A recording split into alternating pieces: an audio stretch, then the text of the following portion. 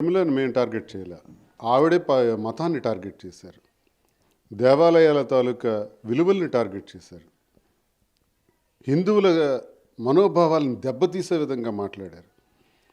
పేదవాడు అంటే కులం పేరుతో లెక్కపెట్టి కులాల చిచ్చు రెచ్చగొట్టాలని చూశారు.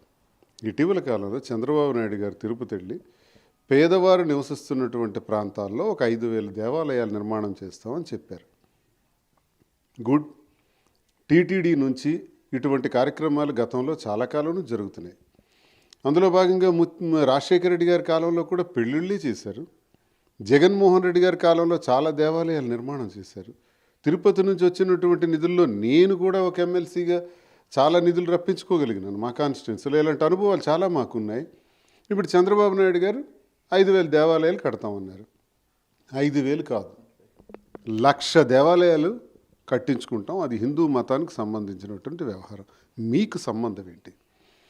మీరు మాట్లాడుతున్నటువంటి మాటల్లో ఒక మత ప్రచారకురాలుగా అనిల్ అనేటటువంటి ఒక వ్యక్తి మత ప్రచారకుడిగా ఆయన చేస్తున్న దానిలో చాలా కార్యక్రమాల్లో పాల్గొన్న మీరు మత